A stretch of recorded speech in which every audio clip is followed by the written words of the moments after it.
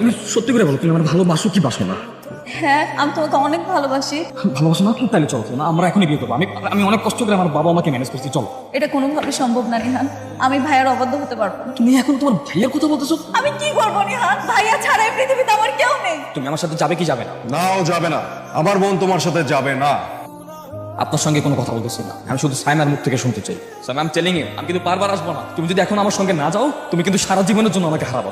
তুমি আমার সাথে চলো। ভাইয়া রাজি না হলে আমার কিছু করার নেই। সাইমা, আমি চলে যাচ্ছি। আমি আজকের পর থেকে তোমার কথা এক সেকেন্ডের জন্য মনে করবো না, not even a single second. আমি 3 দিনের মধ্যে বিয়ে করবো, 3 দিন, জাস্ট 3 days।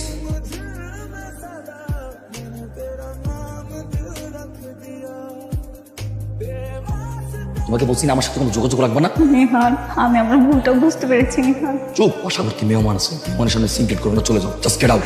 প্লিজ, তুমি তো জানো আমি তোমাকে কতটা ভালোবাসি। তুমি বিয়েটা ভেঙে দাও না। দেখো, কথা না বেরিয়ে তুমি চলে যাও, ঝামেলা করো না। তোমার জন্য এখন আমাকে সবার সামনে ছোট হতে হচ্ছে।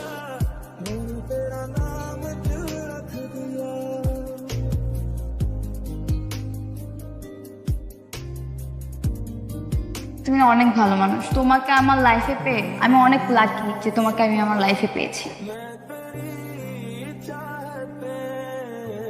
কি সমস্যা তোমার? আমার কথা বলো, তোমার কি লজ্জা শরম বলতে কিছু নাই? Don't have shame? তুমি বুঝো না যে তোমার এই কার্যকলাপে আমরা ডিস্টার্ব? বুঝি তো, কিন্তু মনকে মানাতে পারছি না। আমার না খুব কষ্ট হয়, নিজেকে সামলাতে পারছি না। এটা তো ঠিক না, আপনি আরেকজনের হাজবেন্ডকে এভাবে বিরক্ত কেন করছেন? আপনার তো ন্যূনতম বিবেক থাকা উচিত। এক্সকিউজ মি, আমি আপনার সাথে কথা বলতে চাচ্ছি না। আপনি প্লিজ আমাদের দুজনের মাঝখানে আসবেন। Just shut up. Who the hell are you? ও আসবে না তো কে আসবে? আমার ওয়াইফ অবশ্যই আসবে।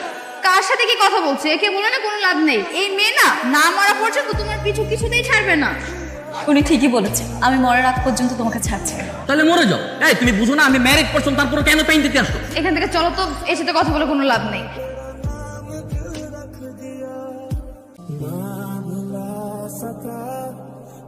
তো মেয়েটা দেখ না, সুন্দর তাই না? Really so pretty.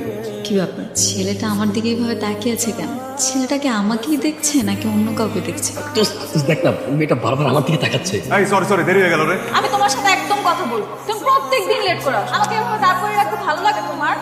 এই যে আমি কানে ধরলাম, আর কখনো এরকম হবে না। হ্যাপি? দোস্ত দেখ তোর দিকে তাকাইছে, আমার তো মনে হচ্ছে কাজ 50% হয়ে গেছে। 50% ডান মানে? দেখলি না মেয়েটা তোর দিকে নিজেই কতবার তাকালো।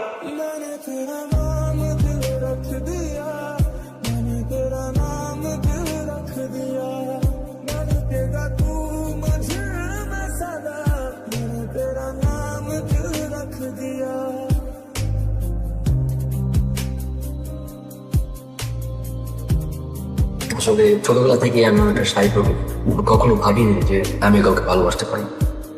আমার না ঠিক একই হয়েছে। সাইমা, এই ছেলেকে কি সম্পর্ক তোর ওর সাথে? তুই না আমাকে বললি তুই তোর বান্ধবী রিয়ার বাসায় যাচ্ছিস? এই তোর বান্ধবী রিয়া? ভাইয়া সরি, আসলে আপনি প্লিজ ওকে বকা দিবেন না, আপনি কোনো ভয় পায়। এই আমি আমার বোনকে কি বলবো না বলবো সেটা আমার তোমার থেকে শিখতে হবে। বেয়াদব ছেলে। বাবা, আমরা তো আমাদের কথা বললাম, এখন তুমি তোমার কথাটা বলতে পারো। আপনার ছেলে বাইরে কি করে বেড়ায় সে সম্পর্কে কি আপনারা খোঁজ রাখেন? মানে আঙ্কেল, কখনো কোনো ভদ্র ফ্যামিলির ছেলে অন্য বাড়ির মেয়ের পেছন পেছন ঘুরবে? কিন্তু সেটা তো সাইমার জন্য। যার জন্যই হোক, একটা ভদ্র শিক্ষা পাওয়া ছেলে কখনো এই ধরনের কাজ করতে পারে। বাবাজি বলছি যে এইসব কথা আলোচনা না করে আমরা বিয়ের কথাটা আগে বাড়াই। আগে বাড়ানোর কিছু নাই। আমি আমার বোনকে আপনার ছেলের সাথে বিয়ে দিব না। কেন দিবে না বিয়ে জানতে পারি? একটা বেয়াদব ছেলের সাথে কখনো আমি আমার বোনের বিয়ে দিব না। বেয়াদব তো আমার ছেলে না, আর আমরা তোমার বাবা মার বয়সী দুজন মুরব্বী মানুষ। আমাদের সাথে তুমি এটা কি ব্যবহার করছো? আমার বাড়িতে আমি কাকে সম্মান দিব কি দিব না সেটা ডিপেন্ড করে ওই মানুষগুলো কতটুকু সম্মান। আমার কাছে তাদেরকে সম্মানই মনে হচ্ছে না, তাই সম্মান দিচ্ছি না। আপনার সম্মান করতেও হবে না। আঙ্কেল, নিহাল কি বাসায় আছে? তুমি এখানে কেন? আঙ্কেল, ওকে একটু ডেকে দেন না, আমি ওকে নিতে আসছি। অসম্ভব, নিহানকে ডাকা যাবে না। তুমি যাও এখান থেকে, যাও। আঙ্কেল, আমার নিহাল। কি ব্যাপার, তুমি নেহানকে ডাকছো কেন? আন্টি, আমার বোন সুইসাইড করার চেষ্টা করছে, হাসপাতালে মৃত্যুর সাথে লড়াই করতেছে। নিহানকে একটা বারের মতো দেখতে চাই আঙ্কেল, প্লিজ ওকে ডেকে দেন না আঙ্কেল। আপনি এখানে কেন? নিহান, সাইমার অবস্থা খুব খারাপ, ও সুইসাইড অ্যাটেম্প্ট করছে।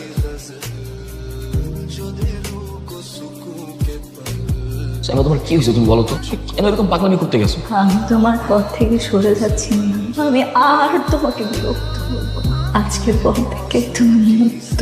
আমি কোনো মুক্তি চাই না তো, আমি তোমাকে চাই। বোঝো, আমি তোমাকে ভালোবাসি। তুমি তোমার স্ত্রীকে নিয়ে খুব শান্তিতে থাকতে পারো। না সাইমা, আমার কোনো স্ত্রী নেই, প্রীতি তো আমার কাজিন। এই সব কিছুই তো আমার সাজানো নাটক। কি স্ত্রী তোমার বউ না?